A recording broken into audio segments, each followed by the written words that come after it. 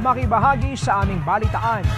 I-like lamang ang aming Facebook page o di kaya i-follow nyo kami sa aming YouTube channel. Para naman sa inyong mga comments, suggestions at public service announcement, mag-email lamang dito sa IBC.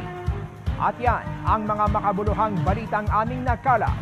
Kaibigan, 30 araw na lamang po at Pasko na. Muli kaming magbabalik bukas. Maraming salamat, Pilipinas. Ako po si Brian Castillo at ito ang IBC Tutok 13.